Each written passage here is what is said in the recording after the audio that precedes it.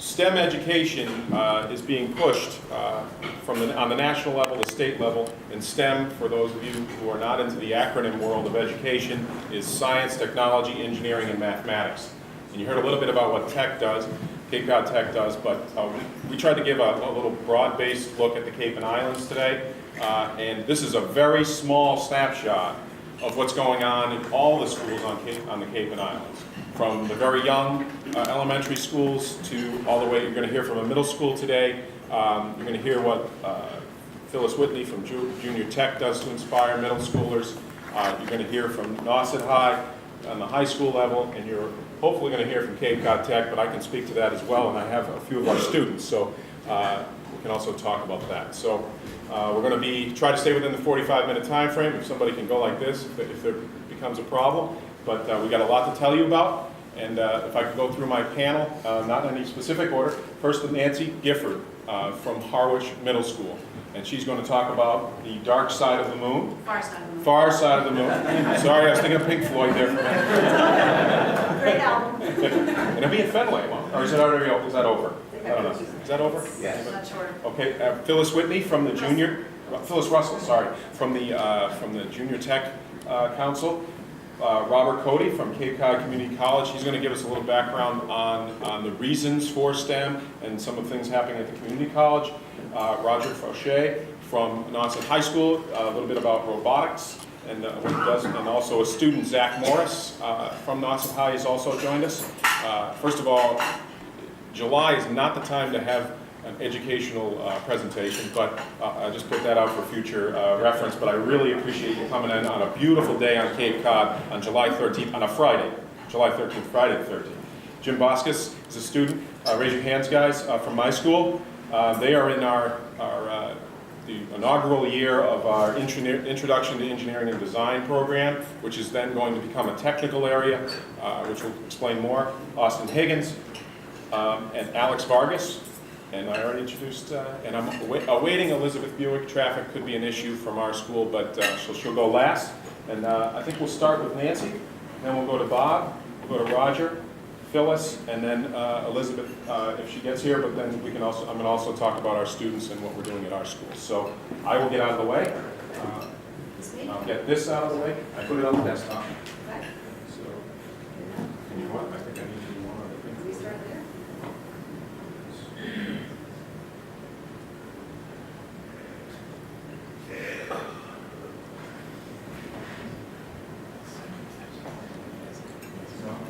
Small, but can everybody see that? Once I'm in the way? Once I'm out of the way? Yes? Okay. Nancy? Thanks. Hi. I was asked originally to talk about the Moon Cam project, which I was involved with through the spring and will be again in the fall, actually. It's actually a NASA program. It's called Moon Cam. It's Moon and then K-A-M. The CAM stands for Knowledge Acquired by Middle School Students. And NASA loves their initials, so everything has an extra name. The Moon Cam is actually part of the GRAIL mission. If anybody follows NASA and what they're doing, the GRAIL mission stands for Gravity Recovery in Interior Laboratory. And what they have, they've got 2 satellites that are orbiting the moon in tandem. And those satellites are, the purpose of the satellites, the main purpose, is to map the moon, take pictures of the parts we haven't seen. They're starting to look to see what the moon is actually, what the interior is made of, because we're not sure still if it's a solid core, believe it or not. We've been to the moon, but we haven't been in a really long time, and so we don't know as much about the moon as you'd think we would. So and now with the discovery of water on the moon, that's been another push for this mission, is to try to figure out, is there water, is it something we can use, and how can we use that in the future? And NASA's looking at the moon as a possible stopping ground, like a rest area, a place to refuel, maybe build a moon base for future space exploration. So where the middle school kids come into this is through Sally Ride's science. Sally Ride was the first American woman in space, and what she has done is she started an organization, and her primary purpose is to promote STEM careers for students, really targeting middle school students, but all ages, also really targeting girls, but also not leaving out the boys. And what she's trying to do is she's trying to show kids that careers in science and math, technology, engineering are all really accessible. But if you catch the kids young, then get them on the right path, and they can be focused and really get to where they want to be. So everything that organization does is geared towards looking at careers.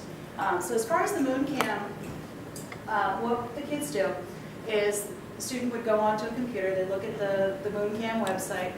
I won't bother showing it to you. It's acting a little bit strange for the summer because the satellites are actually shut down for the summer.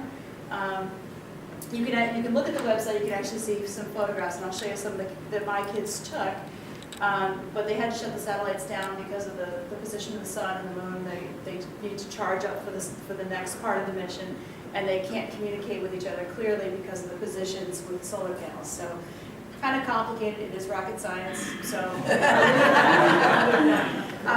but what my students were doing in the spring was they were actually going onto the website, and some of them went on thinking, okay, I'm really curious about the Apollo landing sites. I want to find out what those look like, where they were, why they landed there. Other kids, my name's Alex. There's an Alexander crater. I want a picture of that. I just think that's really neat. So what the kids were doing is, I teach earth science, so I used it as a way to teach kids about earth science. So we're looking at the moon. It's sort of like a mini Earth. It's formed from Earth, made of the same stuff. And what the kids could do is it was like you peel away the layers, and then you've got an Earth without the erosion, without the weathering. So you can see those formations really clearly. And so my students were requesting their images and then using those images to see what they could learn about the moon. What's really unique about this mission is that the moon cameras are solely dedicated to education. There's no other purpose for them. There's 6 of them, 3 on each satellite. There's 2 that kind of go out to the sides and then 1 goes straight down on each of them. There's no reason for them to be there. Every pound you add to a spacecraft adds about $10,000 in cost. So NASA said, we don't want to do this. But the principal investigator, Maria Zuber, I'll show you a picture of her in a minute, she said, I won't do the mission if you don't do this. It was that important to her. She's out of MIT, really neat lady, but she said, I won't do it if you don't. So she convinced them. So they got the cameras in place, and it's been a great program. I was invited in June to, well, she was a little earlier than that. We got delayed because of the solar storms, sort of confused the satellites a little bit. But I went down on June 1st. I was in Washington, D.C. for an expo, it was a National Student Expo. I brought 2 students with me, and I wanted to bring them here today, but they're off doing other really interesting things this summer. But we were part of this National Student Expo. We had the President's Science Advisor came by. We had, so the Director of Education at NASA came by, Director of Communications came by. So it was pretty exciting. We were showcasing what we had done in our school. At Harwich Middle School, we did a lot of cross-curricular work. I worked closely with the geography teacher on my team. I brought in real lunar samples that were collected during the Apollo missions and got those in the hands of my students. I'm a certified bar. I work for NASA, so I could do that. And we pulled in the community as much as we could. We had astronomy nights. We had all sorts of things going on around the school. And the other piece that was really important, we're hearing a lot about STEM, but now it's sort of changing, and we're looking at STEM. Instead of saying STEM, we're saying STEAM. We've added an A for art. Because what they're recognizing is engineering is great, but people want things to look good. So, you look at the Dyson guy with the really funky vacuum cleaners and things. He's successful because his things work really well, but they look cool. So that piece is really important. So I'm trying to incorporate more art into my science class as well. So I can show you some highlights from the moon cam. There we are at our presentation table. And that's Erin Smelter and Amber Grass. They were the girls that came with me. And this is Dr. Zuber. She's the one from MIT, the principal investigator of the mission. This, for me, is my crowning achievement of my career. This is the President's Science Advisor, John Holdren, and he walked up to the table and asked the girls to show him how to use the moon cameras. And they didn't know who he was, which was good because they would have been so nervous. But he was so kind and so nice and wonderful with the students. But if you were to ask the principal investigator, I think you ought to get a picture of whatever feature on the moon, she would say, no, you have to find a middle school student because those cameras belong to the kids. And that was really exciting for the students to hear that they're part of this mission, what they think is important. So it's been exciting for all of our students. And this is Leland Melvin. He's an astronaut, former shuttle astronaut, and he's also Associate Director of Education at NASA now, and he's a chemist. And he also played for the Detroit Lions until he was injured. So his mother said, if you're going to play football, you need a backup plan. That's his backup plan. Pretty good backup plan. And a really nice guy. He's just incredible. So here's some of the images that my students took. We've got, really interesting crater features. We've got some lunar riles. The students seem to like when you get that horizon view. You see the limb, we call it the limb of the moon. And they're very interested in that far side that we don't get to see a lot, but it's very different than the near side of the moon. So that brings up a lot of questions for the kids, and why is it so different? So in the fall, the kids will actually be participating again in the moon camp. The cameras will be turned on sometime in September or October and go for an extended mission. That wasn't originally part of the plan. This mission has actually come in on time and under budget, which is rare. And it's going longer than they thought, so that's been a really good thing. And I had to have the floor, I've got to tell you about some other cool things we've got going on in Harwich, in our science department. This is our Harwich Explores Energy Day. We work with the Cape Cod Compact, and we have a full day of hands-on science of energy activities for our students. It's everything from physics to renewable energy. And we bring in people from the community to work with our students, so if anybody wants to come in, let me know. And we also have a group of volunteers that set up energy days, and we have a carnival that the kids go to. So from the time they walk in the door in the morning to the time they go home, they're doing hands-on science. This is actually, we won a county award for this program, and we're hoping to present it at the National Science Teachers Association as a model for other schools to copy. But it's a really fun day for the kids where they are actively engaged all day long. And they don't know this, but it's actually review for MCAS, so it works out nicely. Don't tell. We're also doing a lot of engineering challenges into our classroom on a regular basis. These are students trying to build the tallest, strongest spaghetti and marshmallow tower they possibly can. Sometimes it works, sometimes it doesn't, but they learn a lot from that. And then here's some upcoming events we have. I'm only talking about the things that I am closely involved with. There's a lot going on in my school but I want to stick with what I know so well. We're trying to show the kids that science isn't something that just happens in the classroom, or scientists aren't nerds in lab coats. We want them to see that it's accessible to them. And so anytime anything's happening near us that's exciting, we want to be a part of it. So I don't know if you know about the ARM project that's happening down in Truro. This picture is not from Truro. I apologize that it's not, but I don't know what's going on there. I guess we're going to have an update. Anyway, what they've done in Truro, they have 50 pieces of weather equipment on the ground at the old Air Force Base in Truro. And it's all doing climate research. Their weather instruments are launching weather balloons 4 times a day, thank you. And they are also launching airplanes 4 times a day for the month of July and the month of February at various altitudes, looking at aerosols in the atmosphere. Aerosols meaning particles, not spray can stuff. But this is national, actually it's international climate research that's being done, and this equipment just came from India, so it's been all over the world, and it'll be set up there for a whole year, so we'll be a part of it. We have a grant from the National Park Foundation, and every student at Harwich Middle School will get to visit this site and spend a day working with the park rangers learning about climate research, and then we'll be setting up climate research at our school. So the kids will be doing that, and these will be long-term projects. We're hoping to start some gardens and things so we can monitor how, bloom times and that sort of thing. That will continue. So, and then so there's another picture of the climate we'll be doing, talking about how it affects animals and communities. And then I've already hit up a couple people about our engineering week. We're looking for engineers to come in and be a part of our engineering week. Anybody who works in the field of engineering is willing to come in and talk to some kids about what you do. We want to expose the kids and let them see that engineers do really interesting things in all sorts of areas. So any type of engineer would like to come in and spend some time with some kids, working with them, on a project, or just speaking to them, telling them about what you do, that would be fantastic. So that's something we're trying to expand in our school, is our engineering programs. So that's all I have. Any questions?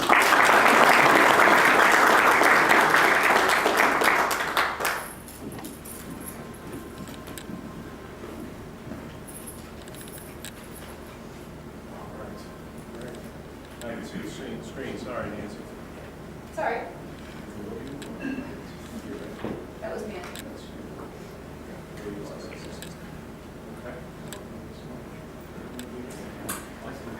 Dr. Robert Cody.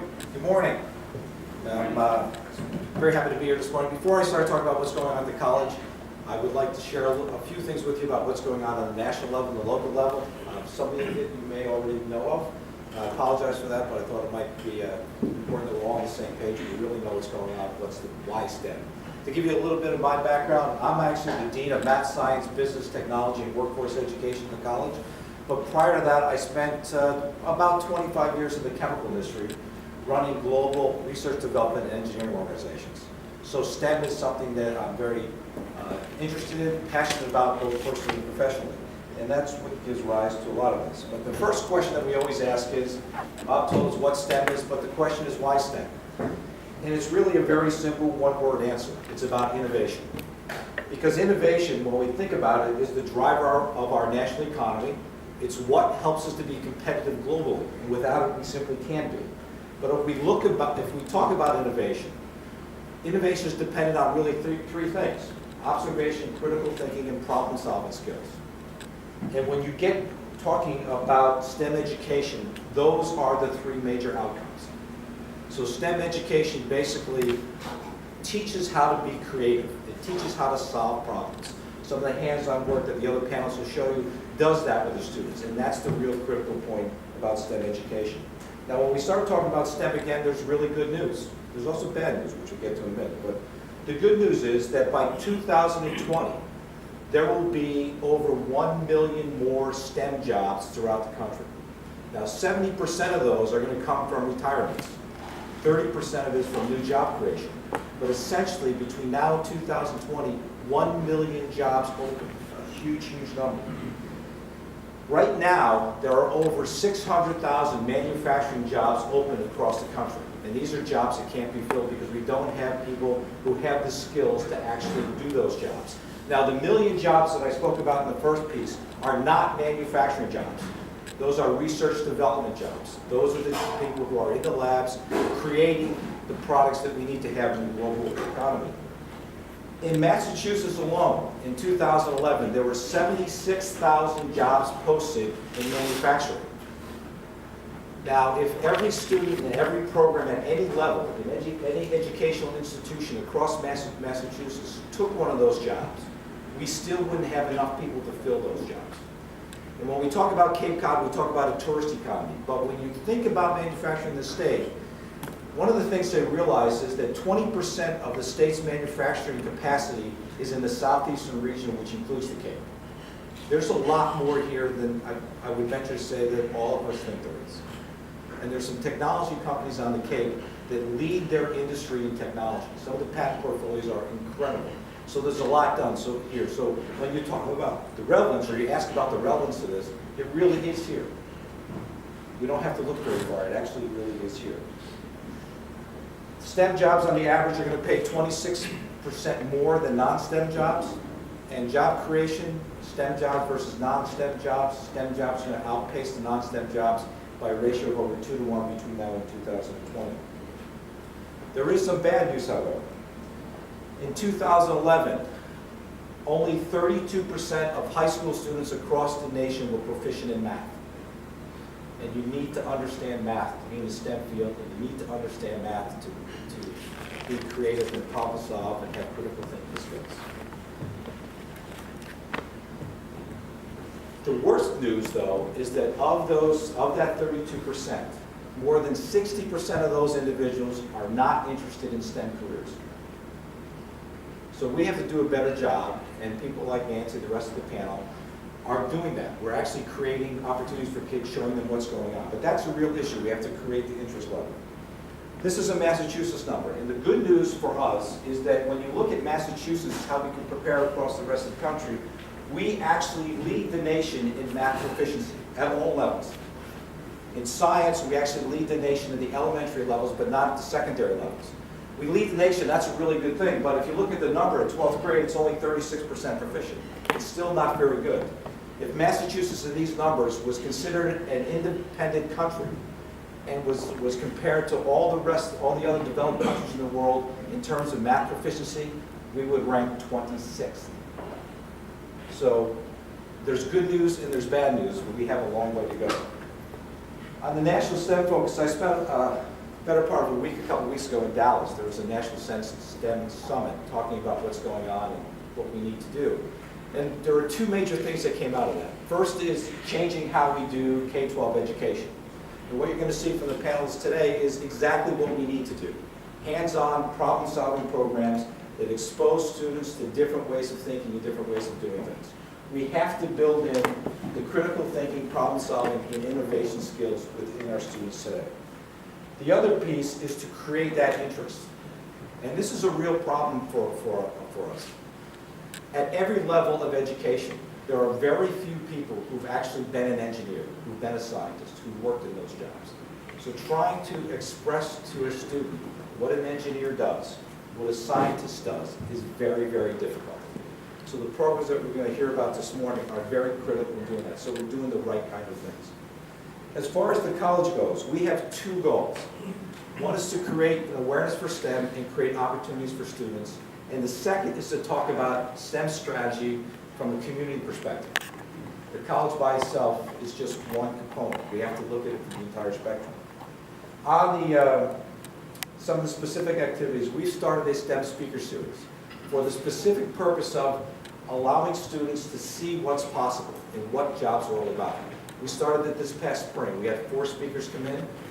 We invite some of the high schools to come in. We've had members from Cape Cod Tech. We've had Dennis Yarmouth in. We've had some students from Barnstable in.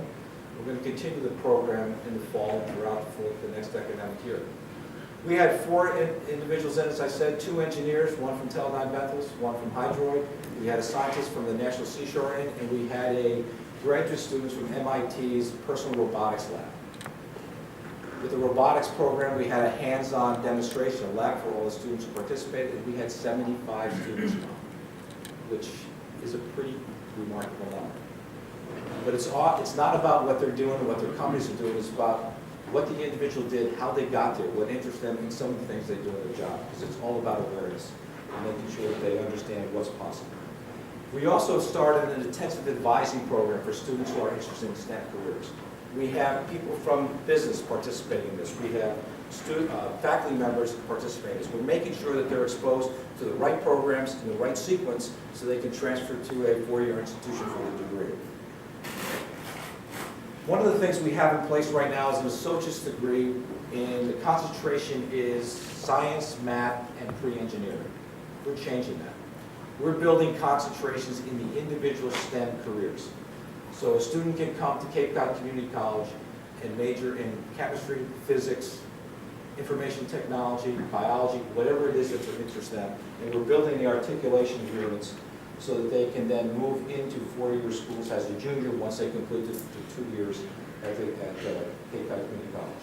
We're also developing an advanced manufacturing program. We're going to start as a certificate program, a pathway to a job, and then move into an AA degree. And we're also developing an engineering program with the same focus in mind.